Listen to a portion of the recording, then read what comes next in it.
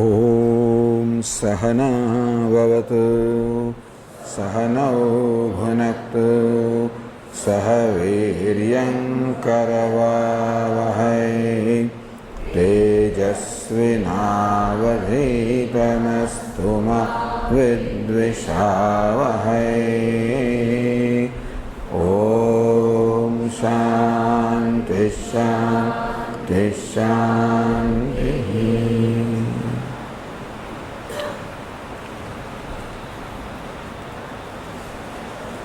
माँ शुचः शोक न करीश, शोक न कर। आ प्रकारे भगवद गीता में भगवान पोतानो उपदेश पूरो करे छे, उपसंहार करे छे। भगवानना उपदेशनो प्रारंभ थयो आ वाक्यथी अशोच्यान अन्वशोचस्त्वम्। त्वं तू अन्वशोच है, शोक करी रह्यो छे। अशोच्यान जे शोक करवा योग्य नथी। हे अर्जुन, जे शोक करवा योग्य नथी तेनो तू शोक करी रह्यो छे। आ भगवाननी दृष्टि है। अर्जुन तो शोक करी रह्यो छे। આપણે જાણીએ છીએ કે ભગવદ્ ગીતાનો પ્રારંભ તો અર્જુનના શોકથી વિષાદથી થયો। ખૂબ ઉત્સાહભેર અર્જુન રણ મેદાનમાં આવ્યો હતો। કૈર્મયા સાયુદ્ધવ્યમ અસ્મિન રણસમુદ્યમે। હે ભગવાન, આ રણ મેદાનમાં મારે કોની સાથે યુદ્ધ કરવાનું છે એ જરા હું એનું બરોબર નિરીક્ષણ કરવા માંગુ છું, સમીક્ષા કરવા માંગુ છું, જેથી કેવી રીતે યુદ્ધ કરવું એ માટેની બરોબર જે રણનીતિ છે એનું બરોબર મારા મનની અંદર એનું નિર્ણય કરી લઉં। આમ અર્જુન પોતે યુદ્ધ કરવાની ઈચ્છાથી રણ મેદાનમાં આવ્યો હતો, ઉત્સાહપૂર્વક આવ્યો હતો। અને કંઈક થયું। ભગવાનને વિનંતી કરે, ભગવાન મારા રથને બે સૈન્યને વચ્ચે સ્થાપિત કરો। ભગવાને તો આજ્ઞાંકિત સેવક હતા। ભગવાન અર્જુનના રથના સારથી હતા। સારથી એટલે નોકર। તો નોકરે તો માલિકની આજ્ઞાનું પાલન કરવું જોઈએ। ભગવાન એવા આજ્ઞાંતિક સેવક છે। અત્યારના સેવક નહીં, જે પોતે નક્કી કરે કે શું કરવું ને શું ના કરવું। સેવકને ધ્યાનમાં રાખીને માલિકે નક્કી કરવું પડે કે આને શું કહેવું ને શું ના કહેવું। તો અર્જુનને એવી કોઈ સમસ્યા ન હતી, તો અર્જુન ક્યારેય ભગવાનને કહી જ ના શક્યો હોત ને। ભગવાન પણ આજકાલના જેવા જો સેવક હોત તો અર્જુનના મનમાં ભય રહેત કે હું કહીશ ને ભગવાન માનશે કે નહીં માને, કદાચ સામું બોલશે તો, અને મને ઉતારી પાડશે તો, મારું મોં તોડી લેશે તો, એવું તો કરે। એવું કોઈ ભય અર્જુનને નથી, કોઈ પ્રકારના સંકોચ વગર। ભગવાન તો અર્જુનના વાસ્તવમાં જ્યેષ્ઠ મિત્ર છે।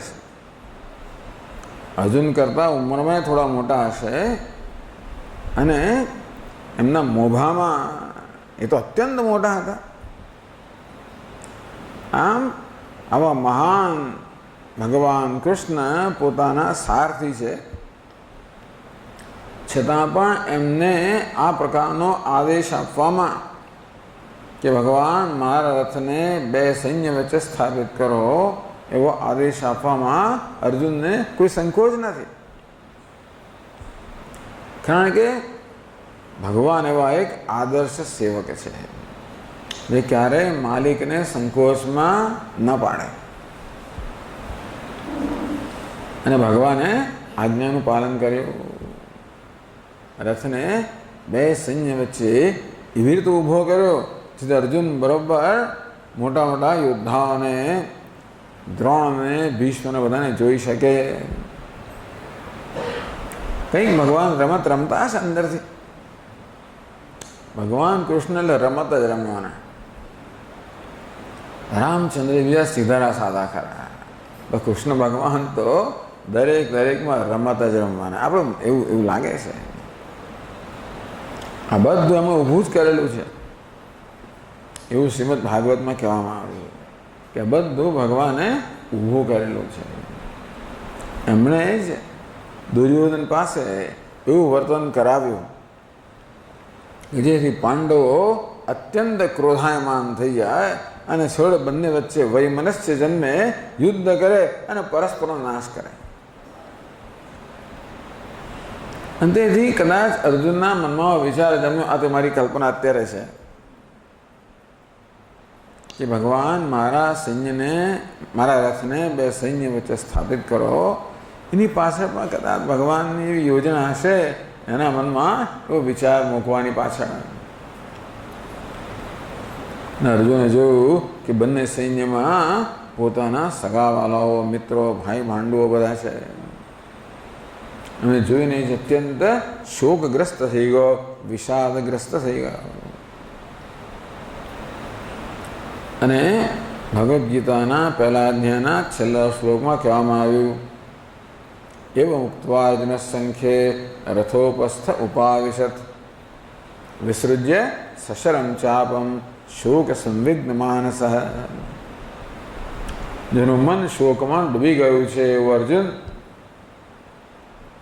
પોતાના ધનુષ્ય બાણનો ત્યાગ કરીને રથની વચ્ચે ફસડાઈ પડ્યો.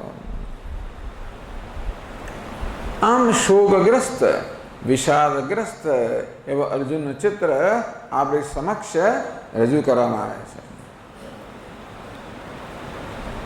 એટલે ભગવાન જે ઉપદેશ કરે છે એ કેવો અર્જુનને કરે છે?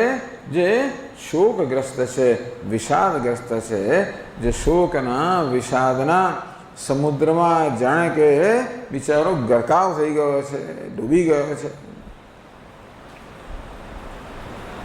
એવા શોક સમુદ્રમાં ડૂબેલા અર્જુનનો ભગવાન ઉદ્ધાર કરવાનો છે. ઉદ્ધરેત આત્મનાત્માન મગ્નમ સંસાર વારિધૌ. વિવેક ચૂડામણી કહે છે કે આ બિચારો આત્મા અર્થાત બિચારો જીવ તો સંસાર સમુદ્રમાં મગ્ન થઈ ગયો છે, ડૂબી ગયો છે, એનો ઉદ્ધાર કરવાનો છે. આમ આ પ્રકારે અર્જુનનું ચિત્ર આપણી સમક્ષ પ્રસ્તુત કરવાનું એક સરળ પ્રયોજન છે કે અર્જુન માનવ માત્રનો પ્રતિનિધિ છે, આપણા બધાનો પ્રતિનિધિ છે. અને તેથી જ્યારે એમ કહેવામાં આવ્યું કે અર્જુનનું મન શોકમાં ગરકાવ થઈ ગયું હતું, ત્યારે એમ કહેવામાં આવે છે કે માનવ માત્રનું મન શોકમાં ગરકાવ થઈ ગયેલું હોય છે. બિચારો માનવી કેવો છે? શોકગ્રસ્ત છે, વિષાદગ્રસ્ત છે, હંમેશા શોકમાં જ ડૂબેલો છે. ના સ્વામી, એ વાત બરાબર નથી. અમે તો હું કઈ શોકમાં નથી, હું કઈ વિષાદમાં નથી, હું તો આનંદમાં છું. માત્ર એક બટન દબાવવાની જ જરૂર છે.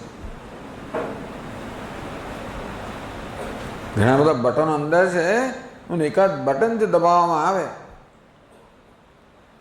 તો તરત જ અંદર રહેલો શોક, વિષાદ એકદમ સપાટી પર આવી જાય, અભિવ્યક્ત થઈ જાય. નાનામાં નાનું કારણ, માત્ર મારું ધાર્યું કશું ના થયું, માત્ર મને ગમતી વસ્તુ ન થઈ કે અણગમતી વસ્તુ થઈ, નાનામાં નાની વસ્તુ.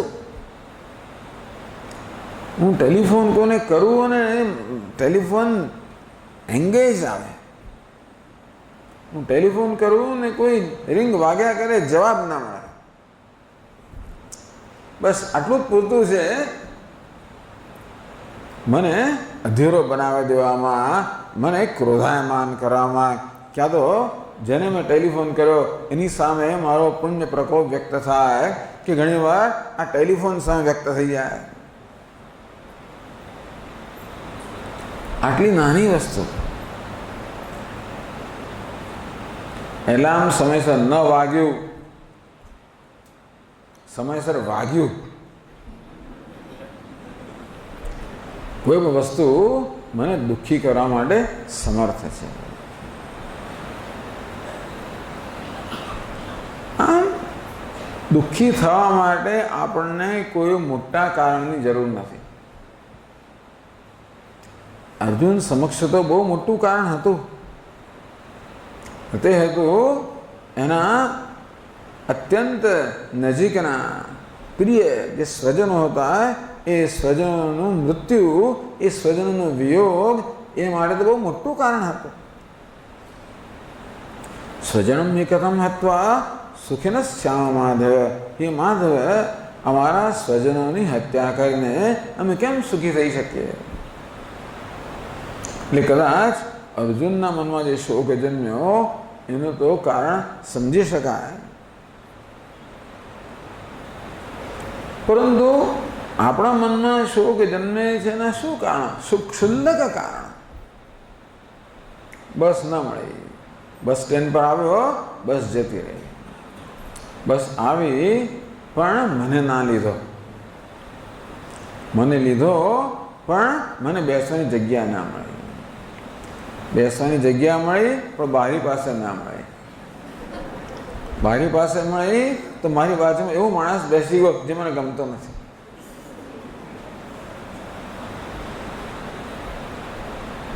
આમ મને દુઃખી થવા મળે શું કારણ જોઈએ? લગભગ કશું જ નહીં.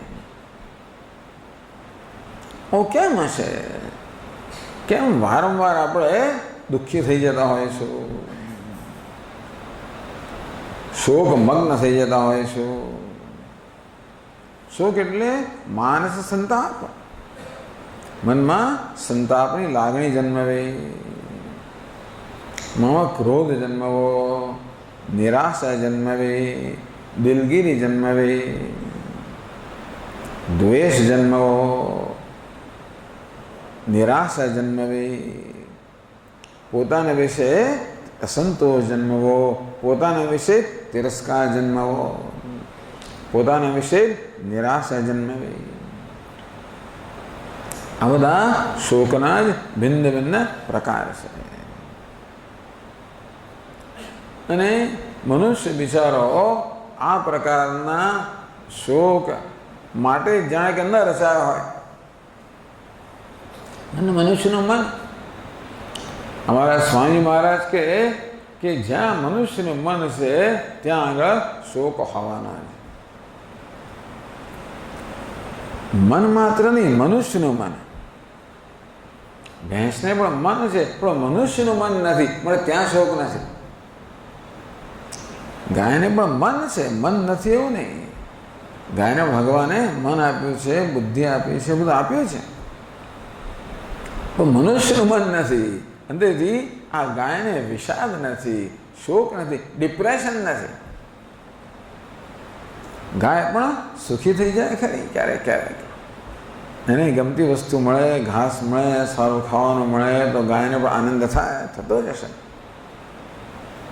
અને બેચા દંડા પડે તો બિચારીને દુઃખ થાય, થતું હશે. તો જતું આવ્યું ને જતું રહ્યું. ગરકાવ ન થઈ જાય. મને કેમ દંડો માર્યો? સવારે દંડો માર્યો હોય તો બપોરે, સાંજે, બીજા દિવસે, અઠવાડિયા સુધી, 15 દિવસ સુધી એની અસર ચાલે. ગાયને ઘાસ ન ભાવે, ખાવાનું ના ભાવે, એને ઊંઘ ન આવે, આવું ગાયને થતું હોય એવું આપણા ખ્યાલમાં નથી. એને આપણે શોક કહીએ છીએ. જરાક દુઃખ આવી ગયું અને જતું, આવ્યું ને ગયું તો બહુ મોટી મુશ્કેલી નથી. આવે અને જાય જ નહીં. આવો શોક કે વિષાદ હતો માત્ર એક મનુષ્ય જે છે એની જ વિશેષતા છે.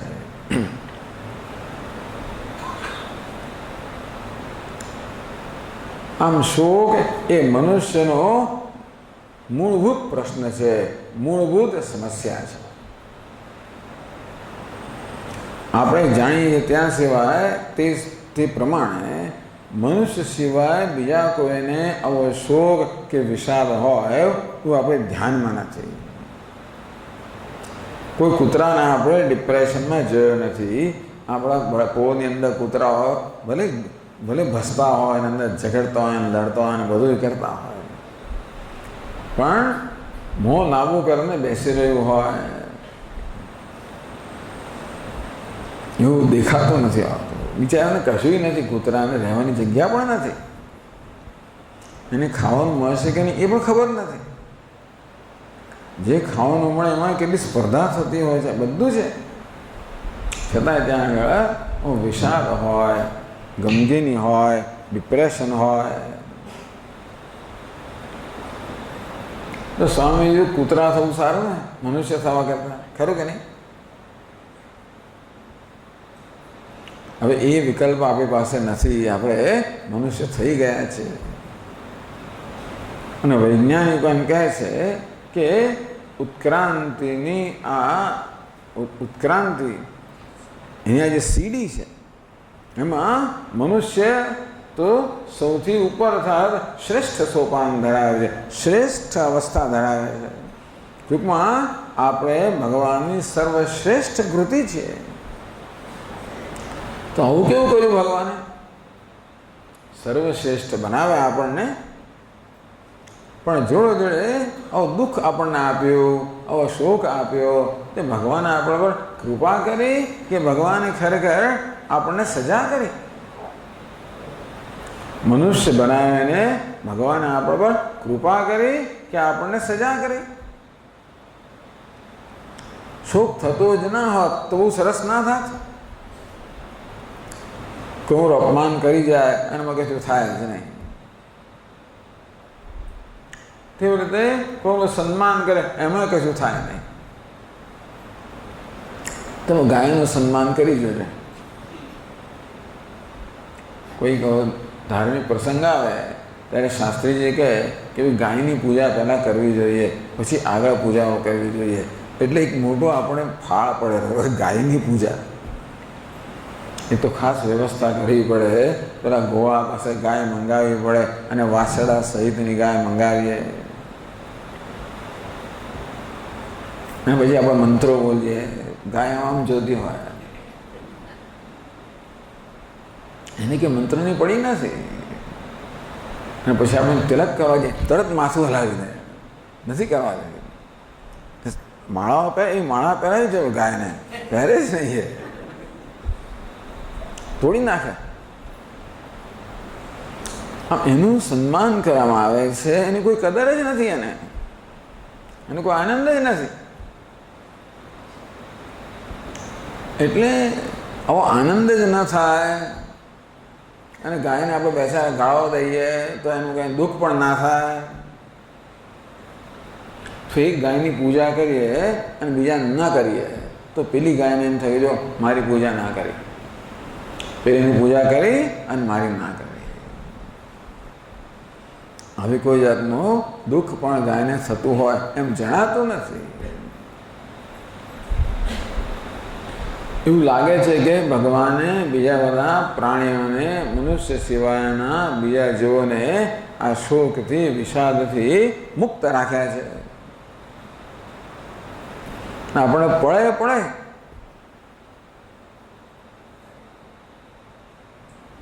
એક આપણા નૃત્યમાં એક સ્થાયી ભાવ અને એક વ્યભિચારી ભાવ એવું હોય છે.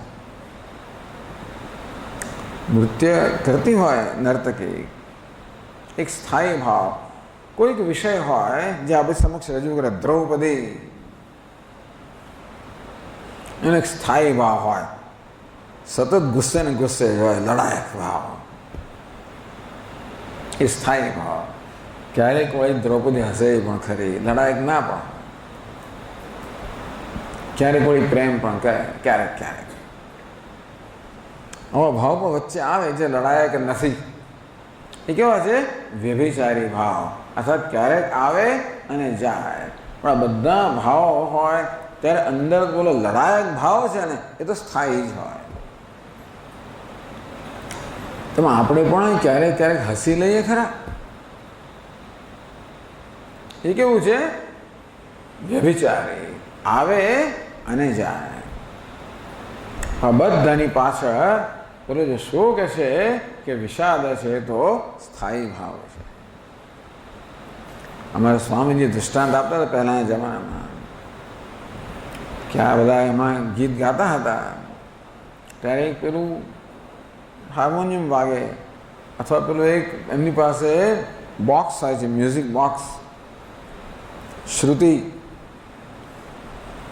એને ચલાવે પહેલાં અને પછી એમાંથી એક પ્રકારનો ધ્વનિ નીકળ્યા કરે.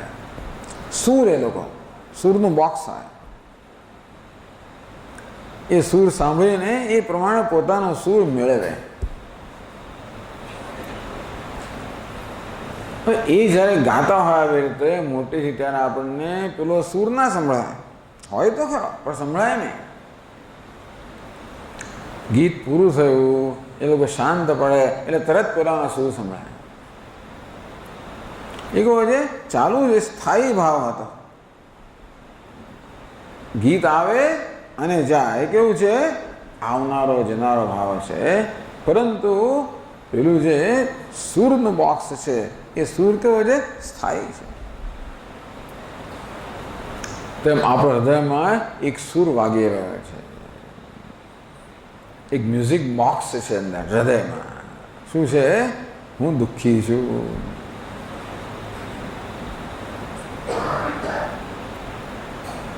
આમ શોક એ મનુષ્યની મૂળભૂત સમસ્યા છે.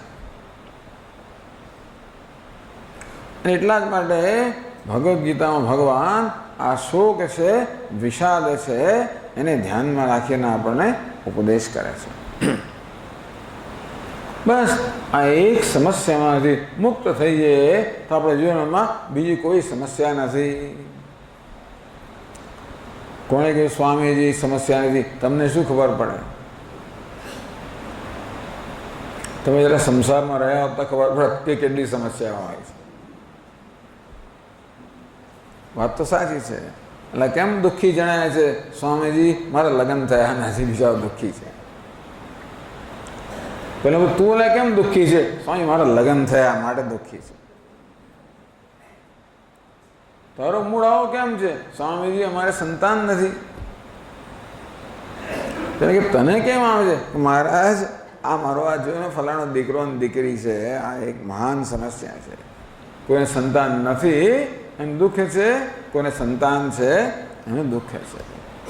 કોઈ લગ્ન નથી કર્યા, લગ્ન થયા નથી કર્યા જુદી વાત છે, નથી કરવા એક જુદી વાત, નથી થયા. હવે ઈચ્છાથી ન કરો એ જુદી વાત છે, પણ થતા ના હોય એ દુઃખનું કારણ છે. અને થઈ ગયા એટલે એવું લાગે છે કે દુઃખના ઘણા બધા કારણો આપણા જીવનમાં છે. સ્વામી તમને શું ખબર પડે? તમે નોકરી કરો ને જાઓ ત્યારે ખબર પડે કે સાહેબ કેવા હોય છે, કેવી જાતનું વર્તન આપણી સામે કરતા હોય છે, અને સાથે સાથે કામ કરનારા આપણા સાથીદારો કેવા હોય છે, બધા કેવા વેર ઝેર ઈર્ષ્યા બધા પ્રવર્તમાન છે. તમને શું ખબર પડે?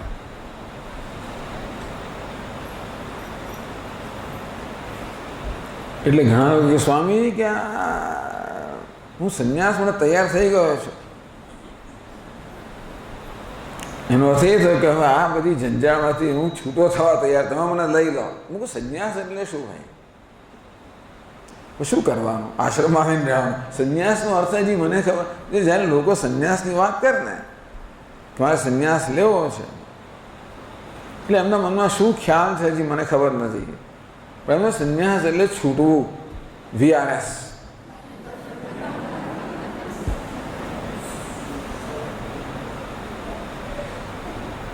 એટલે પેલી હવે રિટાયરમેન્ટ સ્કીમ એક હતી ને, એવી સંન્યાસ એટલે VRS લઈ લેવું. VRS તો લઈ લેવાતું હતું, સંન્યાસ પણ લઈ તો લેવાય, બરાબર છે. વીઆરએસ લીધા પછી જે હાલત થતી હોય છે, રોજ રોજ બેંકમાં જવું બહુ ત્રાસજનક હતું, રોજ રોજ નોકરી કરવી ત્રાસજનક હતી. ત્રાસને છૂટવા માટે વીઆરએસ લીધું. એક ત્રાસ તો ગયો, રોજ જવાનો ત્રાસ ગયો, સાહેબનો ત્રાસ ગયો, ગ્રાહકોનો ત્રાસ ગયો, બીજો ત્રાસ આવ્યો. હું ઘરમાં છું એટલે ઘરની અંદર કંઈ સાંભળવું તો પડે ને કે એમને ઘરમાં બેસો તમે. એમને માનું કે માત્ર બેંકમાં જ લોકો સંભળાવનારા હોય છે, બધાય સંભળાવનારા હોય. એટલે ટૂંકમાં એક ગયું અને બીજું આવ્યું. એટલે એમ લાગે છે કે શું કરીએ તો આપણા સંસારથી મુક્ત થઈ જઈએ. કશું કરવાથી મુક્ત થવા તો બહુ સારી વસ્તુ. લોકો બિચારા કરી જ રહ્યા છે. અમારા સ્વામી એક દૃષ્ટાંત આપતા હતા કે દક્ષિણ ભારતમાંથી એક સંન્યાસી એમની પાસે આવ્યા. એ પોતે ઋષિકેશમાં ત્યાં હતા. એ સંન્યાસી કે સ્વામીજી, હું એકાંતની શોધમાં છું, મારે ધ્યાન ધરવું છે, આપ મને કોઈ સારું સ્થળ જરા સૂચવો, વ્યવસ્થા કરી આપો. સ્વામીજી કરી આપીશ ભાઈ. ઋષિકેશથી થોડેક દૂર વ્યાસ ગુફા છે, ત્યાં સ્વામીજીને પરિચય હતો. ત્યાં સુંદર સરસ મંદિર છે, ગંગાજી તો ત્યાં છે જ. અને મંદિરમાં ત્યાં આગળ રોજ નૈવેદ્ય ધરાવવાથી પ્રસાદ મળે, ભિક્ષાની પણ વ્યવસ્થા થઈ ગઈ, બહાર પણ ના જવું પડે. બસ ભાઈ તમે ત્યાં રહો, ધ્યાન કરો. અઠવાડિયે રહ્યા સ્વામી ત્યાં આગળ અને પછી પાછા આવ્યા. કે શું તો એને તો બહુ ઘોંઘાટ થાય છે, એ ગંગા બહુ ઘોંઘાટ કરે છે, ઘૂઘવ્યા જ કરતી આખો એ દિવસ. હવે એને તમે કરો છો, સ્વિચ ઓફ થાય જ નહીં. આ પંખા બંધ કરો, બીજી વસ્તુ, બધી વસ્તુ ઘોંઘાટ જ કરનારી છે. રેફ્રિજરેટર ઘોંઘાટ કરે, એર કન્ડિશનર ઘોંઘાટ કરે, પંખાઓ ઘોંઘાટ કરે, લાઉડ સ્પીકરો ઘોંઘાટ, બધું ઘોંઘાટ કરે. એ કદાચ તમે બંધ કરો, પણ ગંગાનો ઘોંઘાટ કેમ બંધ કરવો? સ્વામી કે સારું ચાલો ભાઈ, તમને ગંગાનો ઘોંઘાટ ન સમય એવી કોઈ જગ્યા આપણે નક્કી કરીએ. ઉત્તર કાશીમાં ઉપર ટેકરી ઉપર, જ્યાં નીચે ગંગા વહેતી હોય ઉપર, એવી સરસ જગ્યા કંઈક સ્વામીએ એમને પસંદ કરી આપી. ત્યાં કુટિયા વગેરે હશે, કોઈ નાનો આશ્રમ હશે, ત્યાં રહ્યા. અઠવાડિયું થયું અને પાછા આવ્યા. કેમ ભાઈ શું થયું? સ્વામી પક્ષીઓ બહુ ઘોંઘાટ કરે છે ને શું કરવાનું? આપણને એક પરિસ્થિતિ ગઈ અને બીજી પરિસ્થિતિમાં જઈશું એટલે આપણે શોકથી મુક્ત થઈ જઈશું. પણ કમનસીબે માત્ર પરિસ્થિતિ બદલાય છે, પેલો શોક તો સ્થાયી ભાવ. એવું કેમ હશે? માણસ કેટલી બીજાની પરિસ્થિતિ બદલ્યા જ કરે છે ને. વળી પાછા અમારા સ્વામીજીના અનેક દ્રષ્ટાંત છે. આ માણસ સ્વર્ગમાં ગયો, એ કથાકાર હતો અને કથામાં બહુ ભજનો ગવડાવે, બધા પાસે ખૂબ બધું ભગવાનનું નામ લેવડાવે. આમ બધા કેટલા બધા શ્રોતાઓને ભગવાનનું નામ લેવડાવવાને કારણે એને પણ પુણ્ય પ્રાપ્ત થાય ને. પરિણામે એ સ્વર્ગમાં ગયો, ખૂબ ખુશ થયો. સ્વર્ગમાં એટલે હવે કલ્પના કરવાની કે ભગવાન સામે બેઠેલા છે, ભગવાનના દર્શન કરો. દર્શન થયા 2 મિનિટ, 5 મિનિટ, 10 મિનિટ, 15 મિનિટ પછી શું? પછી આજુબાજુ જોવા માંડે. ત્યાં ટોળાની અંદર એક બીજો એક માણસ એને દેખાયો. એ કોણ હતો? દિલ્હીનો ફટફટવાળો પેલો હોય છે ને આપણો છકડાવાળો. એટલે અહીંયા ક્યાં મેં આખી જિંદગી આટલી સાધના કરી, એના પરિણામે સ્વર્ગમાં આવ્યો. આમાં છકડાવાળો અહીં આવી ગયો. તો ફરિયાદ કરી ગયો ત્યાં ફરી કે આવું કેમ, આવો અન્યાય કેમ, આ છકડાવાળો છે અને હું ક્યાં? તો જો ભાઈ તમે કેમ સ્વર્ગમાં છો, લોકોને ભગવાનનું નામ લેવડાવવા માટે તમે નિમિત્ત છો, માટે તમને સ્વર્ગમાં લઈ આવ્યા. હા, એને વડે નિમિત્ત છે. તો કઈ રીતે? એ છકડો જે ચલાવે, એક તો છકડાની અંદર 4 જણની જગ્યામાં 14 જણ ભર્યા છે, અને પછી જે છકડો ચલાવે, મારો એક મિત્ર કે હું જ્યારે રિક્ષામાં બેઠો અમદાવાદમાં, ત્યારે પેલી સામેની બાજુ રિક્ષા તો આમ જતી જેવી દેખાય, પણ આપણી તરફ જતી રિક્ષા એ ઝડપથી જતી હતી. વિચાર કરો, એ રિક્ષા એવી ઝડપથી ચલાવે, એ દિશામાં જે રિક્ષાઓ પણ જાણે કે પાછળ જતી એમ લાગે, એટલી ઝડપથી ચલાવે, આંખો બંધ જ કરવાની. આ છકડામાં કોઈ બેસે એટલે લોકોનો જીવ અદ્ધર થઈ જાય. રામ રામ રામ રામ ભગવાનનું નામ રટણ થાય ત્યારે ભગવાન યાદ આવે. આમાં છકડાવાળાએ કેટલા હજારો માણસોને કેટલા ભગવાન રામ નામ લીધા કર્યા છે, અને માટે સ્વર્ગમાં આવી ગયો. બિચારો દુઃખી થઈ ગયો, અરે હું સ્વર્ગમાં એટલે આપણને એમ કે સ્વર્ગમાં ગયા પછી એવું કહેવાય છે કે ત્યાં કોઈ દુઃખ નથી, પરંતુ ભગવાન જાણે ત્યાં પણ આપણું મન તો લઈને જઈએ છીએ ને. સ્વર્ગ જવાબદાર છે એવું નથી, જ્યાં પણ આપણું મન હોય ત્યાં આપણે સંસાર ઊભો કરવાના. આ મન શું કરે છે? સંસાર કહો, શોક કહો, વિષાદ કરો કહો, એની રચના કરે છે. જો શોક નામની વસ્તુ હોત અને આપણે અનુભવ કરતા હોત તો બરાબર છે, તો બધાને શોક થવો જોઈએ. શોક નામની કોઈ વસ્તુ હોત કે ભૂખ લાગી છે અને જમવાનું સ્વામીજી પૂજા કર્યા જ કરે છે. આપણે આવે અહીંયા ગણેશ ચતુર્થીના દિવસે કે જન્માષ્ટમીના દિવસે કે કોઈક દિવસે આ પૂજા પૂરી થાય એટલે સરસ પછી ત્યાં મહાપ્રસાદ છે. એ બધા લોકોને બધા રસ હોય કે એવું નથી કે ખાલી પૂજામાં જ રસ હોય. એટલે જ આ લોકો આવી વ્યવસ્થા કરતા હશે મહાપ્રસાદની. પણ એ ક્યારે આવશે? હવે આ સ્વામી ક્યારે પૂરું કરશે? એક પછી એક ઉપચારો આવ્યા જ કરે.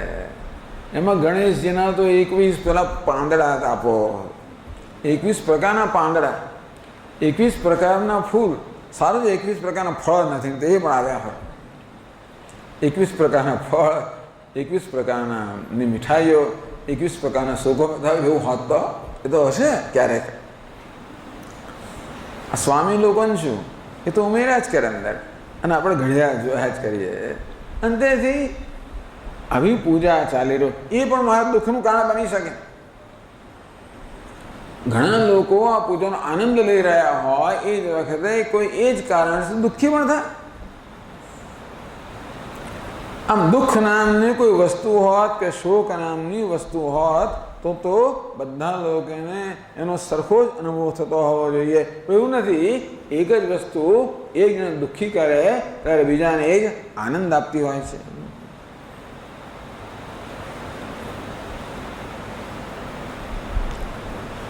એટલે ભગવાન કહે છે અશોચાન અન્વશોચસ્ત્વમ, શોક ન કરવા યોગ્યનો તો શોક કરી રહ્યો છે. આ ભગવાનની દ્રષ્ટિ છે. આપણી દ્રષ્ટિ શું છે? બધી જ વસ્તુ શોક કરવા યોગ્ય છે. કશું ન મળે એ પણ શોક કરવા યોગ્ય છે, કશુંક મળે એ પણ શોક કરવા યોગ્ય છે. નોકરી ન મળે તો શોક કરવા યોગ્ય છે, પણ નોકરી મળે તો શોક કરવા યોગ્ય છે. માંડ બીજી કેટલી બધી ઓળખાણો લગાવીને લાગવગથી નોકરી અપાવડાવી અને આ બિચારો ખુશ થયો અને 15 દાડા પછી આવીને કકડાટ કરવા લાગ્યો કે સ્વામીજી એને નોકરી માટે તમારે 1 કલાક બસમાં જવું પડે અને ત્યાં ભાઈ ચાલવું પડે, આમ 1.5 કલાક સુધી જવાનું, 1.5 કલાક આવવાનું. એટલે નોકરી નહોતી ત્યારે વિચારાને દુઃખ હતું, નોકરી છે ત્યારે દુઃખ. વહેલા ઉઠવું પડે ને હવે તો સમય. અને આજકાલ તો પાછા અંગૂઠા શું કરે છે? હા, થમ્બ ઇમ્પ્રેશન. મોદી સરકાર આવે એટલે શું કહે? Thumb impression. અને જાઓ ત્યારે થમ્બ ઇમ્પ્રેશન. એટલે કે અંગૂઠાની છાપ ખબર પડે કે તમે આવ્યા.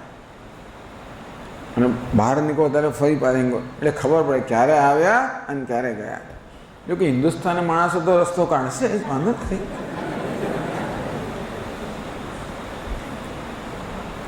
દુનિયામાં ઇનડિસિપ્લિન્ડ, અશિસ્તમય જો કોઈ પ્રજા હોય, હું માનું છું ત્યાં આ હિન્દુસ્તાનની પ્રજા છે. શિસ્તનો સંપૂર્ણ અભાવ.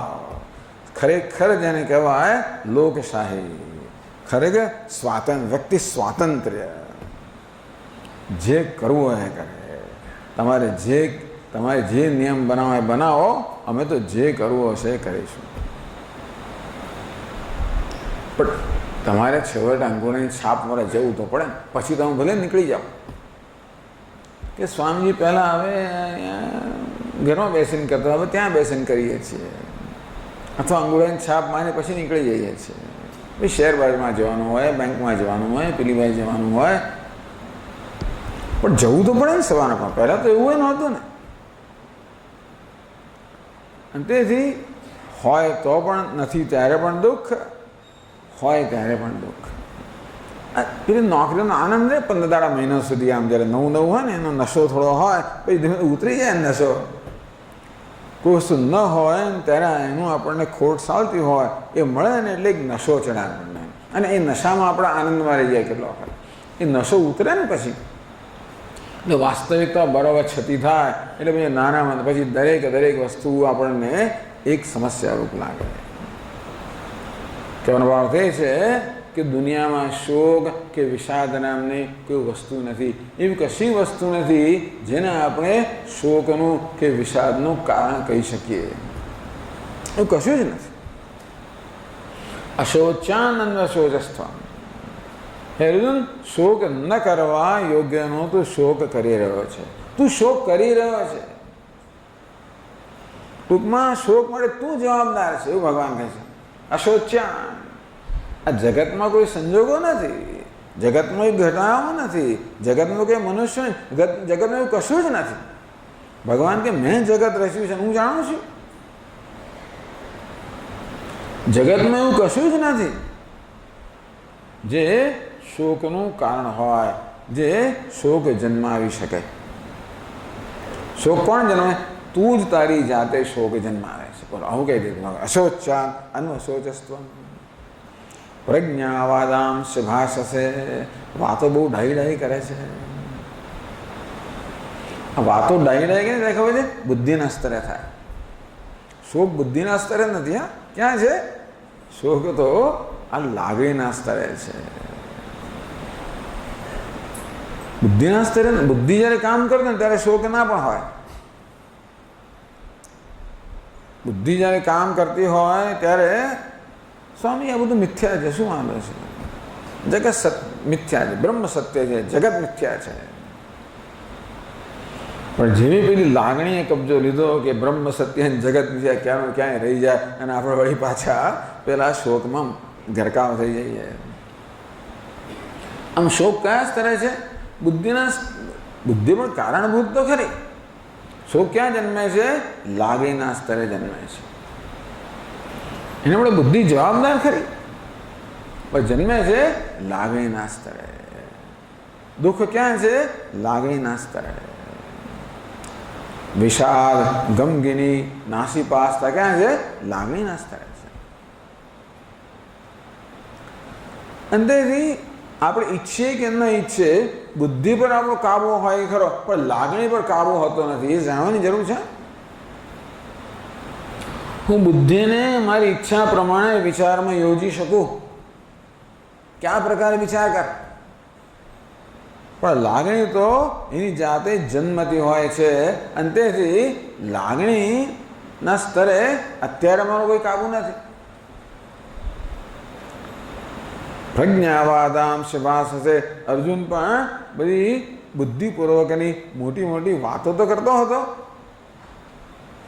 ભગવાનને પ્રવચન આપે કે ભગવાન યુદ્ધ ન કરવું જોઈએ, યુદ્ધ કરવાના કેટલા બધા ગેરફાયદા છે અર્જુને ગણાવ્યા. ભગવાન કે તારી વાત તો સાચી છે, આ બધું હું સ્વીકારી લે. જો તારી સાચી સમજમાંથી જન્મ્યો હોત તો ભગવાનને કે એવો રસ નથી કે અર્જુનને યુદ્ધમાં જોતરવો છે, એવું નથી કે અર્જુન યુદ્ધ નહીં કરે તો ભગવાનનું કામ નહીં થાય. તો ભગવાન બિચારા શું કરશે? આ અંદી જતો રહેશે તો ભાઈ આ કોણ યુદ્ધ કરશે? અને મારી આ યોજના છે કે બધાને સાફ કરી નાખવા. અર્જુન યુદ્ધ નહીં કરે તો આ બધાનો નાશ કોણ કરશે? અને આપણે કોઈ પણ રીતે અર્જુન યુદ્ધ કરે એ ભગવાનને જાણે કે ઈચ્છનીય હોય, એવો ભગવાનનો એક એજન્ડા હોય, ભગવાનનું એક પ્રયોજન હોય, એવું ભગવાનનું કોઈ પ્રયોજન એવું લોકો માને છે કે ભગવાન આ પ્રકારના પ્રયોજનને લક્ષ્યમાં રાખીને અર્જુનને યુદ્ધ કરવાનો આદેશ કરી રહ્યા છે. એવું કશું નથી.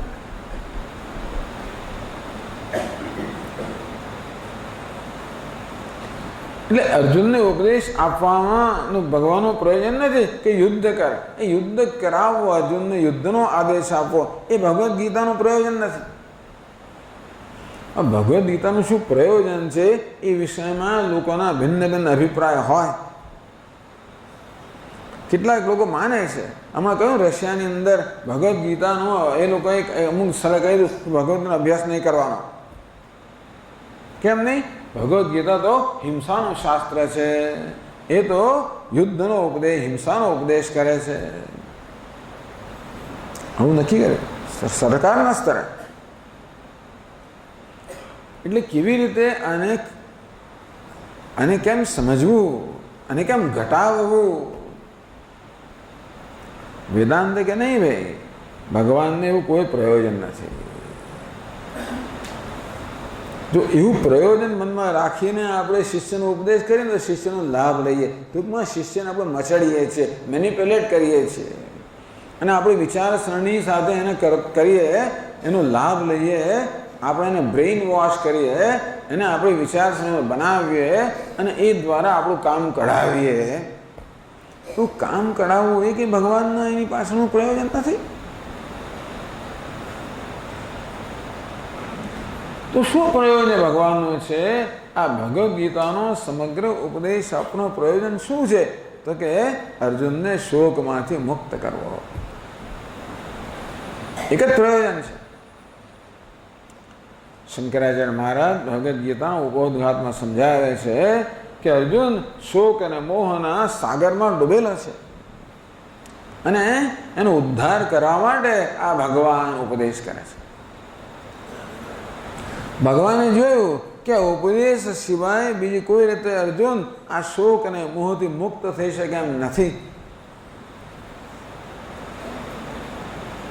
અને ત્યારે એમણે ઉપદેશ કર્યો. અત્યાર સુધી કેમ ભગવાન ઉપદેશ નહીં કર્યો? ભાઈ આટલા વર્ષોથી સાથે ને સાથે હતા, છતાંય અત્યાર સુધી ભગવાને ઉપદેશ ન કર્યો. કેમ કે અર્જુન એવામાં શોકમાં એવો નહોતો ડૂબેલો કે એને ઉપદેશ વગર બહાર ના કઢાય. બીજે તો બહાર કાઢી શકાય એમ હતો. ટૂંકમાં એકાદ નવું એને અસ્ત્ર મળે અને અર્જુન ખુશ થઈ જાય, એક નવું યુદ્ધ જીતી જાય, પાછો ખુશ થઈ જાય, શોકમાંથી મુક્ત થઈ જાય. જ્યાં સુધી એવા દુનિયાવી ઉપાયો શક્ય હતા ત્યાં સુધી અર્જુનને ઉપાયો અજમાવ્યા દીધા. અત્યારે એવી પરિસ્થિતિ જન્મી કે અર્જુન પોતે જ જોઈ શકે છે કે મને શોક મુક્ત કરવા માટે કોઈ દુનિયાવી ઉપાય પર્યાપ્ત નથી. એવું કશું જ નથી જે થાય તો હું શોકથી મુક્ત થઈ શકું. એવું અર્જુને જણાવ્યું. ત્યારે ભગવાન ઉપદેશ કર્યો. આપણને એમ થાય છે ને કે સ્વામી બસ મારો દીકરાને નોકરી મળી જાય, એના લગ્ન થઈ જાય, એ બરાબર ગોઠવાઈ જાય, બસ બાકી બધું બરાબર થઈ જાય. હજી આપણે કલ્પના કરીએ છીએ કે અમુક પ્રકારની પરિસ્થિતિ સર્જાય અને તો આપણે શોકથી મુક્ત થઈ જઈશું, એવી આપણી કલ્પના છે. એના માટે એ પ્રકારની પરિસ્થિતિ સર્જવાનો આપણે પ્રયત્ન કરતા હોઈએ છીએ. ત્યાં સુધી આપણને ઉપદેશ બહુ સ્પર્શે નહીં. એટલે આ સિવાય ભગવાને અર્જુન ઉપદેશ કર્યો ને તો કદાચ બહુ સ્પર્શ્યો ના હોત. કારણ કે ઉપદેશ સાંભળ્યો તો અર્જુનના મનમાં આ પ્રકાર હોત, મારે તો આ યુદ્ધ જીતવું છે, યુદ્ધ જીતી લઈશ એટલે બધું બરાબર થઈ જાય. એટલે ભગવાને જે કહેવું હોય કે એના મનમાં આ જે ખ્યાલ છે કે અમુક વસ્તુ બનશે તો બસ મારું દુઃખ દૂર થઈ જશે, એ ખ્યાલ જવાનો નથી. તો આપણને પણ જ્યાં સુધી હોય કે અમુક વસ્તુ બનશે, આ વ્યક્તિ મારા જીવનથી મોં દૂર થશે કે પેલી વ્યક્તિ મારા જીવનમાં આવશે, આ વસ્તુ મળશે કે પેલું જતું રહેશે, કંઈક લાભ થાય યોગ અને ક્ષેમ. જે નથી મળ્યું એ મળશે, જે છે એનું રક્ષણ થશે. હજી જ્યાં સુધી માનતો હોવ કે આવી કોઈ વસ્તુ મને શોકમાંથી દુઃખમાંથી મુક્ત કરે, ત્યાં સુધી આપણે હજી અર્જુનની સ્થિતિમાં આવ્યા નથી. એટલે અર્જુન માત્ર શોકગ્રસ્ત છે એટલું નહીં, પણ એનામાં આ પ્રકારની એક સૂઝ જન્મી છે, ઇનસાઇડ જન્મી છે, એક સૂઝ જન્મી છે. કઈ સૂઝ જન્મી છે કે કોઈ પણ વસ્તુ મને શોકમાંથી મુક્ત કરી શકે એમ નથી. આપણે અગત્યનું છે. નહીં પ્રપશ્યામિ મમાપનુદ્યાત યચ્છોકમુચ્છોષણમિન્દ્રિયાણામ અવાપ્ય ભૂમાવ સપત્ન વૃદ્ધમ રાજ્યમ શરણામ અભિચાધિપત્યમ. હે ભગવાન, આ પૃથ્વીનું નિષ્કંટક રાજ્ય મને પ્રાપ્ત થાય. નિષ્કંટક એટલે કોઈ એનો પ્રતિસ્પર્ધી હોય જ નહીં, એક ચક્રે રાજ કરતો હોય. એટલે પૃથ્વીનું નિષ્કંટક રાજ્ય તો શું, પણ મને સ્વર્ગનું આધિપત્ય મળે તો પણ મારા મનમાં જે સંતાપ થઈ રહ્યો છે એ દૂર થાય એવા કોઈ ચિહ્નો હું જોતો નથી. અર્થાત આ બધી સિદ્ધિઓ પણ મને શોકમાંથી સંતાપમાંથી મુક્ત કરી શકે એમ નથી, એવું અર્જુન જોઈ શક્યો.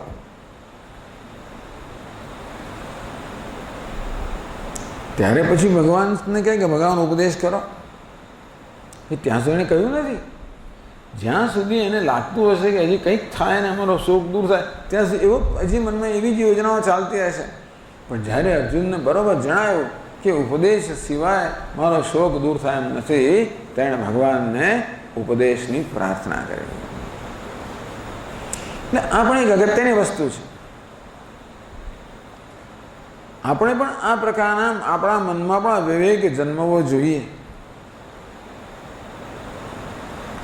કે ભાઈ મારા જીવનમાં શોક છે, દુઃખ છે, એ તો જાણે આપણા અનુભવનો વિષય છે, એમાં મારો વાંક નથી. આપણે દુઃખી હોઈએ, આપણો શોક હોય, વિષાદ હોય, એમાં આપણો કોઈ વાંક નથી. ભગવાને બનાવ્યા છે જેવા, આપણું મન જ એવું બનાવ્યું છે. તો પહેલું પગથિયું એ છે કે આપણા મનમાં આ પ્રકારનો વિવેક જન્મવો જોઈએ કે આ ઉપદેશ સિવાય, આ જ્ઞાન, આ સમજ સિવાય કોઈ રીતે મારો શોક દૂર થાય એમ નથી.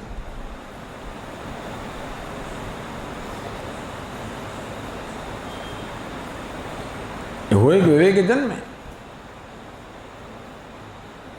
એટલે જ ઉપનિષદ કે પરીક્ષલોકાન કર્મચિદાન બ્રાહ્મણ નિર્વેદમાયાત નાસ્ત કૃતઃ કૃતેન. આ વિચારશીલ મનુષ્ય જીવનનું એક સર્વૈયું કાઢ્યું કે અત્યાર સુધી મેં શું બધું સિદ્ધ કર્યું છે, અને હવે પણ ભગવાને મને જે શક્તિઓ આપી છે, જે તક આપી છે, એ દ્વારા હું શું સિદ્ધ કરી શકું છું, એ બધાનું એક એના સમક્ષ ચિત્ર રજૂ થયું કે અત્યાર સુધી જીવનમાં મેં જે સિદ્ધ કર્યું એને કારણે હું કઈ સ્થિતિમાં આવ્યો છું. હજી હું અધૂરો જ છું, ઊણો જ છું. આટલી બહારની સિદ્ધિઓ, બહારના સુખ સગવડ, આ બધું પ્રાપ્ત કરવા છતાં પણ એક આંતરિક ઉણપમાંથી હજી મુક્ત થયો નથી. એટલે કે એવું બહાર કશું જ નથી જે મને ઉણપમાંથી, અધૂરપમાંથી, વિષાદમાંથી મુક્ત કરી શકે.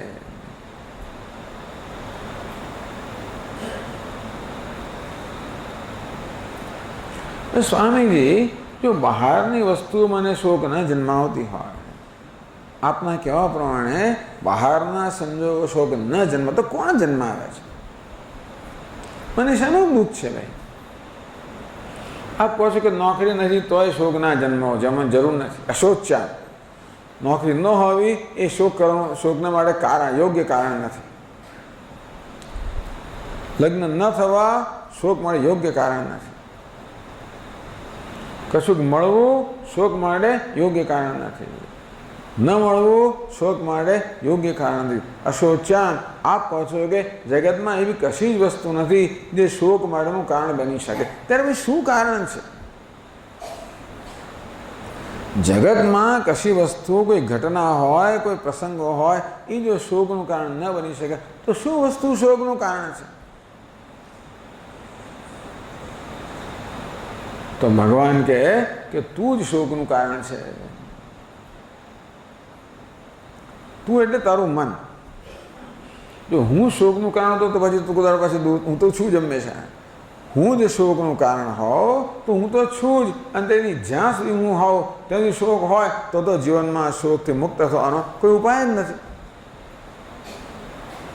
હું જેવો છું સ્વામીજી, હું જેવી છું ને, હું એવો હોઉં જેને કારણે શોક જન્મવાનો હોય કે સ્વામીજી મારી ઊંચાઈ 5 ફૂટ ને 2 ઇંચ છે, એ શોકનું કારણ હોય તો કોઈ દડો બદલાવાનું જ નથી, ગમે તે કરો. કદાચ કંઈક થોડા પ્લેટફોર્મ શૂઝ કંઈક કરે ને બીજી કોઈ સર્જરી બર્જરી નીકળે ને કદાચ આપણને થોડી વધારે ઊંચાઈ ખબર નથી આપે, થોડું ઘણું ફેર પડે. હું 5 ફૂટ 1 ઇંચ 5 ફૂટ 4 ઇંચ થયું, પણ બીજા 5 ફૂટ 6 ઇંચવાળા લોકો હોય જ છે ને. એ બધા 5 ફૂટવાળા લોકોને જોઈને મને આનંદ થાય, પેલું 5 ફૂટ 6 ઇંચવાળા જોડે વળી પાછો હતો એવો ન થઈ જાવ.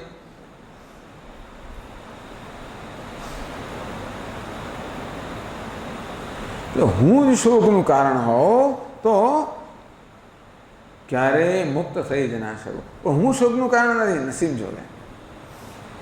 આ જગત પણ શોકનું કારણ નથી અને હું પણ શોકનું કારણ નથી. આ એક બહુ નિરાંત ને બહુ આશ્વાસનીય વસ્તુ છે.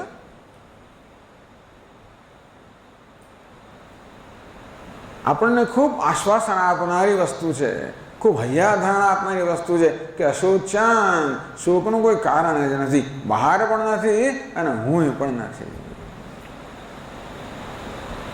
તો શું શોકનું કારણ છે? તો કે અમારું મન શોકનું કારણ છે. તો સ્વામી મન તો હંમેશા હોય જ છે ને, મન શોકનું કારણ, તો મન તો હોય એટલે શોક રહેવાનો જ. તો કે મન પણ શોકનું કારણ નથી. આ મનની અંદર જે બધા ખ્યાલો છે ને, જે બધા વિચારો, જે બધા ખ્યાલો છે, અભિપ્રાયો છે, નિર્ણયો છે, ગ્રંથિઓ છે, એ શોકનું કારણ છે. આપણા મનમાં અનેક ગ્રંથિઓ છે, આપણા વિશે આપણા મનમાં અનેક અભિપ્રાયો છે, આપણા વિશે અનેક ખ્યાલો છે. વેદાંત કહે છે કે આપણા પોતાના વિશેના ખ્યાલ, આપણા પોતાના વિશેનો અભિપ્રાય, આપણે પોતાના વિશેની ગ્રંથિઓ, અથવા એમ કહે આપણી પોતાના વિશેની દ્રષ્ટિ. કઈ દ્રષ્ટિ? બુદ્ધિની દ્રષ્ટિ. આમ સતત એટલે મારા વિશે જે પ્રકારની દ્રષ્ટિ હું ધરાવું છું, ભગવાન કે એ જ બધા શોકનું કારણ છે. દ્રષ્ટિ બદલાઈ જાય તો શોક જતો રહે, દ્રષ્ટિ ના બદલાય તો શોક જાય જ નહીં.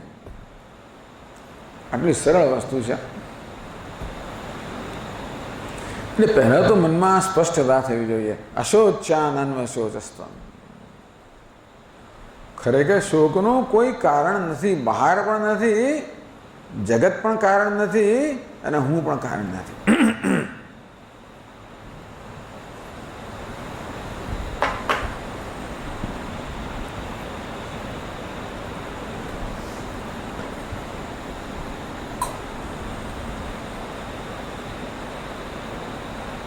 માત્ર મારા વિશેની દ્રષ્ટિ જ શોક માટે કારણભૂત છે. દ્રષ્ટિ જોવાની રીત, વસ્તુને જોવાની એક રીત હોય છે. કોઈ એમ કે ભાઈ ચાલો એક નાનું ગુલાબ છે બિચારો, આ ગુલાબ છે ને એક જોવાની રીત હોય. આ ગુલાબ કેવું છે? સુગંધી વાળો ખરું પણ કાંટા વાળું છે. ગુલાબ કેવું છે? કાંટાળું છે. સુગંધ તો ખરી પણ કાંટાવાળું છે. બી કઈ દ્રષ્ટિ છે? કાંટા બખરા પણ સુગંધીદાર છે. ગુલાબ તો એનું એક છે ને. પણ આ તો ખાલી દ્રષ્ટાંત આપ્યું કે એકની એક જ વસ્તુ વિશે આપણામાં કઈ રીતે બે ભિન્ન પ્રકારની દ્રષ્ટિઓ. પેલું દ્રષ્ટાંત બહુ જાણીતું છે ને કે ગ્લાસ અડધો ભરેલો છે કે અડધો ખાલી છે. એક દ્રષ્ટિ થઈ. આ તો બહુ સરળ દ્રષ્ટાંત છે પણ ખાલી દ્રષ્ટિ કોને કહેવાય? ગ્લાસ તો ગ્લાસ છે અને અડધો ભરેલો છે. એને જોવાની એક રીત છે. એક રીત કઈ છે? ગ્લાસ અડધો ભરેલો છે. કઈ દ્રષ્ટિ છે? અડધો ખાલી છે. અનમ દ્રષ્ટિ. આંખની દ્રષ્ટિ નથી. આંખથી ભલે ગ્લાસ દેખાતો હોય. શેની દ્રષ્ટિ છે?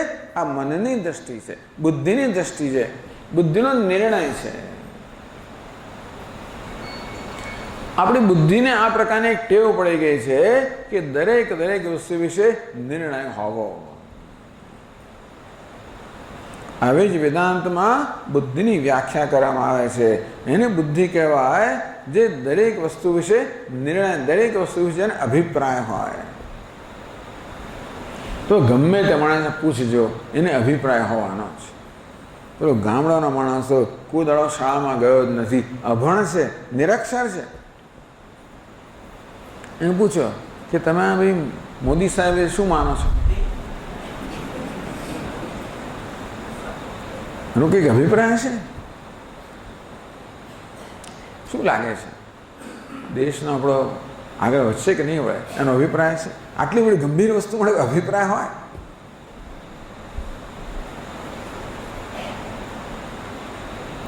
અમદાવાદ શહેર કયું કહેવાય? રહેવા યોગ્ય ખરું કે નહીં? અભિપ્રાય. મોટર કાર હોવી જોઈએ કે નહીં? અભિપ્રાય. આમ આ તો ટૂંકમાં દરેક વસ્તુ વિશે આપણા મનમાં અભિપ્રાય હોય છે. અભિપ્રાય હોવો એ બુદ્ધિનો સ્વભાવ છે. એ તો ભલે રહ્યો ભાઈ, કશો વાંધો નહીં. મોદી સરકાર આવી છે ને તેવી એ અભિપ્રાય કદાચ બહુ મુશ્કેલી કરે નહીં. પણ ખરો કઈ મુશ્કેલી કરવાનો અભિપ્રાય કયો છે? કોને વિશે? મારા પોતાના વિશેની દ્રષ્ટિ, મારા પોતાના વિશેના અભિપ્રાય એ ખરેખર સુખી કે દુઃખી કરનારા છે. આમ શોક ક્યાંથી જન્મે છે? મારા પોતાના વિશેના અભિપ્રાયમાંથી શોક જન્મે છે. મારા પોતાના વિશેના અભિપ્રાય, મારા પોતાના વિશેના ખ્યાલ, મારી પોતાના વિશેની ગ્રંથિઓ, મારી પોતાના વિશેની દ્રષ્ટિ. આમ દરેક મનુષ્યને પોતાના વિશે દ્રષ્ટિ હોય છે, ખ્યાલ હોય છે, અભિપ્રાય હોય છે કે હું આવો છું, કે હું આવી છું. પેલા કરતા ચઢિયાતો છું, પેલા કરતા ઉતરતો છું, પેલો મારા કરતા વધારે સારો છે, પેલો મારા જેવો સારો નથી, હું ધનવાન છું, હું ગરીબ છું, હું સફળ છું, હું નિષ્ફળ છું.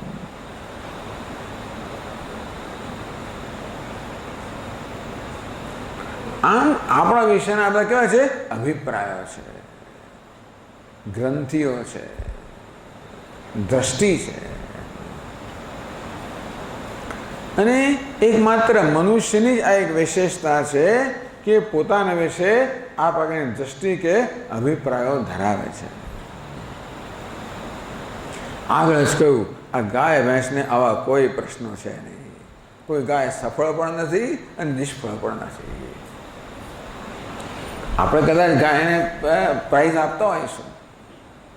ટૂંકમાં ગાયોનો પણ ધારો કે હમણાં શો થાય ને, બધા લોકો પોતપોતાની ગાયો લાવે અને પ્રદર્શિત કરે હજારો, પછી બધા પેલા નિર્ણાયકો હોય ને, જજ લોકો, એ નક્કી કરે કે કઈ ગાય શ્રેષ્ઠ છે. હવે થાય છે ગાયનો શો? બીજા દેશમાં કૂતરાનો શો તો થાય છે, ગાયનો ખબર તો હશે. બધા પોતાના કૂતરા લઈને આવે, બની ઠની કૂતરાને લઈ આવે અને બધા આમ પ્રદર્શન કરે.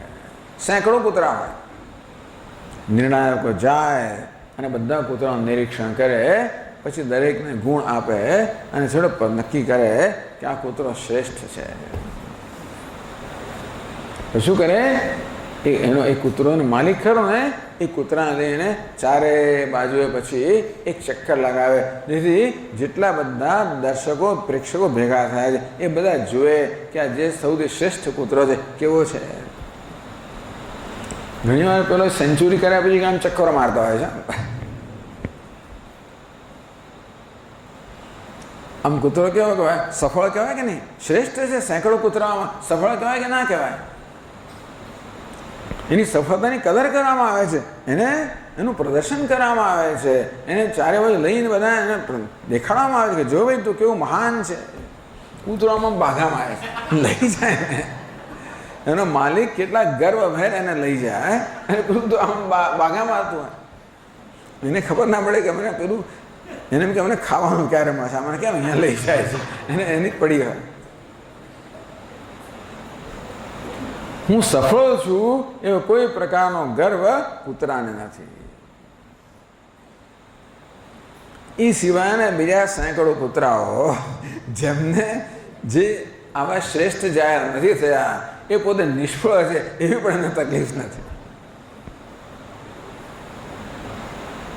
આપણો નિષ્ફળ થયો તો રાત્રે ઊંઘ ના આવે, રાત્રે જમવાનું ના ભાવે આપણને, એની અસર કેટલાય દિવસ આપણા પર રહે, આપણે ગમગીન થઈ જઈએ, હું નિષ્ફળ થયો. કૂતરાને ના ભાવે, કૂતરાને માલિકને એવું થાય કદાચ. ટૂંકમાં જે કૂતરાઓ કૂતરા નિષ્ફળ કરે, માલિક નિષ્ફળ થયા એમ કહી શકાય. તો સફળતાનો ગર્વ કોને છે? માલિકને છે, કૂતરાને કશું નથી. આમ સફળતા નિષ્ફળતા જે છે એને આ પ્રકારની દ્રષ્ટિ કહો, ખ્યાલ કહો, અભિપ્રાય કહો, ગ્રંથિ કહો, પેલા કૂતરામાં ક્યાં છે? કૂતરાના માલિકમાં છે, મનુષ્યમાં છે. એટલે એવું જણાય છે કે બીજા બધા મનુષ્યેતર જે જીવો છે એ તો આ પ્રકારના પોતાના વિશેના અભિપ્રાયથી મુક્ત છે. સેલ્ફ કોન્શિયસનેસ તમે સાંભળ્યું છે? આત્મસભાનતા. આ મનુષ્ય કેવું છે? સેલ્ફ કોન્શિયસ પ્રાણી છે, આત્મસભાન પ્રાણી છે, એ પોતાની સભાન છે. હવે સેલ્ફ કોન્શિયસ આત્મસભાનતા, સ્વસભાનતા બીજા બધા જીવોમાં હોય એવું જણાતું નથી. થોડી ઘણી સભાનતા ખરી જો કે એકદમ નથી એવું નહીં. કૂતરાને કંઈક સભાનતા હોવી તો જોઈએ કે હું કૂતરું છું, કંઈક તો હોવું જોઈએ. એટલે બિલાડીને જોઈએ ત્યારે એનું વર્તન બદલાઈ જાય. બીજું કૂતરું હોય ને ત્યારે કૂતરાનું વર્તન એક પ્રકારનું હોય અને બિલાડી આવે એટલે એને એટલી ખબર પડતી હશે કે આ મારી જાતનું છે અને આ બિલાડી છે, એવું કંઈક એને હશે ખરું. એવા પ્રકારની સભાનતા હશે, નહીં તે જીવી ના શકે, ટકી ના. ટૂંકમાં એ ટકી શકે એટલી સભાનતા ભગવાન આપે છે, વધારે નહીં. તો જો કૂતરામાં આવી સભાનતા હોત કે હું તો ઉતરતું કૂતરું છું તો કોઈ દાડો ટકી ના શક્યો, બિચારો મરી જ ગયો હોત. મરી જાય. શું કરે? એ આપઘાત કરે.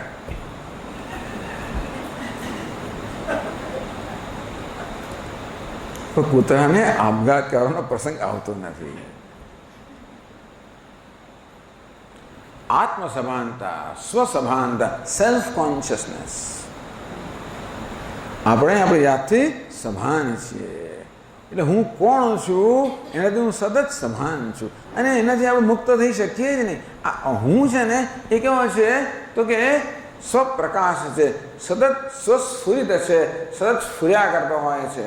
આ હું એમ કરે હું કેવો છે? સ્વયં સ્ફુરિત છે. એટલે એને કોઈ દાડો સ્વિચ ઓફ કરી જ ના શકાય. ટેલિવિઝન એ સ્વિચ ઓફ કરી શકીએ, જો કકડાટ કરતું હોય તો બંધ કરી દઈએ. રેડિયો વગાડીએ ને આપણે ગમે નહીં એવા ભજન ના ગમે એવા ભજન ના તો બંધ કરી દઈએ. લાઇટો બહુ પ્રકાશ આપતી હોય આંખોમાં આવે તો બંધ કરી દઈએ. બધી વસ્તુ બંધ કરી દઈએ, પણ આ હું જે છે એ બંધ કરી જ ના શકાય. પ્રયત્ન આપણે કરીએ છીએ, આમ બંધ કરતા હોઈએ છીએ. કેવી રીતે? આપણે ઊંઘી જઈએ ત્યારે આ હું બંધ થઈ જતો હોય છે, જાણે કે એ તો બંધ થતો નથી પણ હું મોં ફેરવી લઉં છું. ભગવાને એટલી આપણને વળી વ્યવસ્થા કરી આપી છે કે આપણે આ હુંની સભાનતાથી પણ ક્યારેક ક્યારેક મુક્ત થઈ શકીએ. અને ભગવાને આજે ગાઢ નિદ્રારૂપી જે ભેટ આપણને આપી છે એનું મુખ્ય લાભ શું છે? આ આત્મસભાનતાથી સ્વસભાનતામાંથી મુક્તિ છૂટીએ. આપણે છૂટવા માંગીએ છીએ. જ્યાં જઈએ ત્યાં હું સાથે ને સાથે જ હોય, જ્યાં જઈએ ત્યાં હુંની સભાનતા સ્વસભાનતા સાથે જ હોય. અને એટલે આપણે ગાઢ નિદ્રા. પણ આખો દાડો શું કરવાનું? હું તો રાત્રે આવે અને તે બહુ કલાક પછી ના આવે, અમુક ઉંમર પછી શું કરવાનું? એટલે માણસો બીજા ઉપાયો અજમાવે. શેને કારણે અજમાવે? જેથી આ હુંની સભાનતાથી છૂટીએ. જરા થોડુંક લગાવો, જરા તરા લગાવીએ તો કંઈ ફેર ના પડે. જરા વધારે જ્યારે ઢીંચીએ આપણે. અંગ્રેજીમાં કહે સ્ટોન, હી ગોટ સ્ટોન્ડ. જાણે પથ્થર જેવો બની ગયો. ટૂંકમાં આપણે કેવા બની જઈએ? જાણે જડ બની જઈએ. શેના માટે લોકો આવું કરતા હશે? છૂટવા માટે. શેમાંથી? આ સ્વસભાનતામાંથી છૂટવા માટે. આમ આપણે વિચાર્યું નહીં જીવનમાં, પણ અનુભવથી જાણીએ છીએ કે આ સ્વસભાનતા છે એ જ બધું દુઃખ આપી રહી છે. કોઈ કરતાં આપણે જાણીએ છીએ. અંતેથી આપણે સતત એ સ્વસભાનતામાંથી આત્મસભાનતામાંથી છૂટવા માટે પ્રયત્ન કરીએ છીએ. પેલા લોકો ઢીંચતા હોય એટલે આપણે દારૂડિયો કહીએ, એમ કરીને આપણે એને ચાલો એને બ્રાન્ડ કરીએ, એને છાપ લગાવીએ કે આપણે કંઈક મહાન છે, આપણે જુદા છીએ. એ દારૂ પણ આપણે બીજું બધું પીતા જ હોઈએ છીએ. ચાય નહીં, કશી વસ્તુ. ટૂંકમાં આપણે પેલું વોટ્સએપ, જરાક મારો મૂડ જતો એટલે હું વોટ્સએપ શરૂ કરું. 358 મારી પાસે મેસેજ છે અંદર. એ ખોલો અંદર, 57 ફોટા નીકળે. એમાં કેટલી જાત જાતની બધી ઘણી બધી જોક્સ નીકળે, ઘણું નીકળે. શેના માટે? મારા મનને પ્રફુલ્લિત કરવા માટે. એટલે કે ટૂંકમાં કોઈક રીતે આ સ્વસભાનતાથી છૂટવા માટે. આમ શોકમાંથી મુક્ત થવાનો આપણે સતત પ્રયત્ન કરી રહ્યા છીએ. કે કોને શોકમગ્ન થવું ગમે, રહેવું ગમે? કોઈને ના ગમે. ને કોઈક રીતે આપણે જાણીએ છીએ કે આ સ્વસભાનતા છે એ જ આ દુઃખનું કારણ છે. અંતેથી કોઈક રીતે કેવી રીતે આપણે એનાથી છૂટીએ, એમ મુક્ત થઈએ. એ કેમ ને? એવો પ્રયત્ન કરી રહ્યા છે. ઘણી બધી આપણી પ્રવૃત્તિઓ એના માટે જ હોય છે. આ વોટ્સએપ એક પ્રવૃત્તિ થઈ. દેવો કે દેવ, મહાદેવ, મહાભારત વગેરે વગેરે બહુ સરસ. કે એ જોઉં ને અને ત્યારે હું એની સભાનતામાં ગરકાવ થઈ જવું, ત્યારે આત્મસભાનતાથી મુક્ત થવું. એ ન થતું હોત તો આપણે બંધ કરી દઈએ. ઘણીવાર આપણે શું શરૂ કરીએ ખરા, પછી બંધ કેમ કરી દઈએ? એ શું આપણને પેલી સ્વસભાનતા મુક્ત કરતો નથી. અંદરની વસ્તુ ચાલુ જ રહે છે. એને જવા દઈએ. કઈ વસ્તુ આપણને ગમે? જે આપણને આ સ્વસભાનતામાંથી મુક્ત કરવા સફળ થાય. પેલું સફળ થાય ત્યારે હું એને સ્વીકારું. તેની વસ્તુ મને ગમે. આમ અનુભવથી આપણે જાણીએ છીએ કે શોક શેને કારણે છે? સ્વસભાનતાને કારણે. અને મુક્ત કેમ થવાય? એમાંથી છૂટીએ ત્યારે. પણ આપણે જે પ્રયત્નો કરીએ છીએ એમાં શું થાય છે,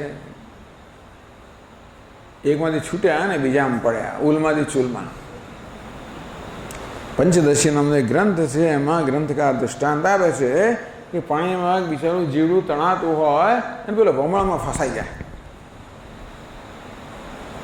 માળમાં છૂટે અને પાણીના પ્રવાહ વહે તો પછી બીજા ભમણામાં ફસાય, માળ છૂટે ત્રીજા ભમણામાં ફસાય. એક ભમણમાંથી બીજા ભમણમાં જેવી રીતે પેલું જીવડું ફસાતું હોય તેવી રીતે આપણે પણ એક ભમણમાંથી બીજા ભમણમાં ફસાયા જ કરીએ છીએ. એટલે કે જે પ્રકારની રીત આપણે અજમાવીએ છીએ એ રીત કે કામ લાગે એવી નથી. આવું બધું આપણા મગજમાં જરા સમજાવવું જોઈએ. અર્જુનને સમજાવ્યું ત્યારે ભગવાનને શરણાગત થયા અને ત્યારે ઉપદેશ કામ લાગ્યો. તેવી રીતે આપણે આ શોકનું કારણ સમજીએ અને એનો ઉકેલ સમજીએ તો પછી કેવી રીતે જીવન જીવવું, કેવા પ્રકારની ભાવનાઓ રાખવી, કેવા પ્રકારના મૂલ્યો રાખવા, કેવા પ્રકારનું ધ્યેય રાખવું, કઈ વસ્તુને પ્રાધાન્ય આપવું, શેને અગ્રિમતા આપવી, શેને પ્રાયોરિટી અગ્રિમતા આપવી, શેને ન આપવી, આ બધી વસ્તુઓ તો સ્પષ્ટ થાય તો આપણું જીવન એક યોગ્ય દિશા પ્રાપ્ત કરે, તો આપણું જીવન શોકમાંથી મુક્ત થવાનું એક સાધન બને. અત્યારે કેવું સાધન છે, શોકમાં આપણને મગ્ન કરવાનું, એક વમણમાંથી બીજા વમણમાં, ઉલમાંથી ચૂલમાં. તો આ રીતે ભગવાન પોતાનો ઉપદેશનો પ્રારંભ કરે છે. અશોચાનંદ શોચસ્તો. અર્જુન શોક ન કરવા યોગ્યનો શોક કરી રહ્યો છે, એટલે શોક કરવાનું કારણ તારામાં છે, બહાર નથી. જો બહાર હોત તો કોઈ એને દૂર કરી શકે જ નહીં. તારામાં છે, મારે શોકથી મુક્ત થઈ શકીએ. બહાર ઠંડી છે, ગરમી છે, કોઈ દિવસ મુક્ત થઈ ના શકીએ. અગવડ છે, સગવડ છે, માન છે, અપમાન છે, સફળતા છે, નિષ્ફળતા છે, સ્તુતિ છે, નિંદા છે, રહેવાનું જ. ગમે ત્યાં જાઓ અને ગમે તે કરો. અરે કૃષ્ણ ભગવાન હોય તો હે શું, આ બધાથી એ પણ મુક્ત નથી. એમને પણ નિષ્ફળતા મળે છે, એમને પણ પરાજય મળે છે. શોક મળે બધા કારણ એમના જીવનમાં હતા જ.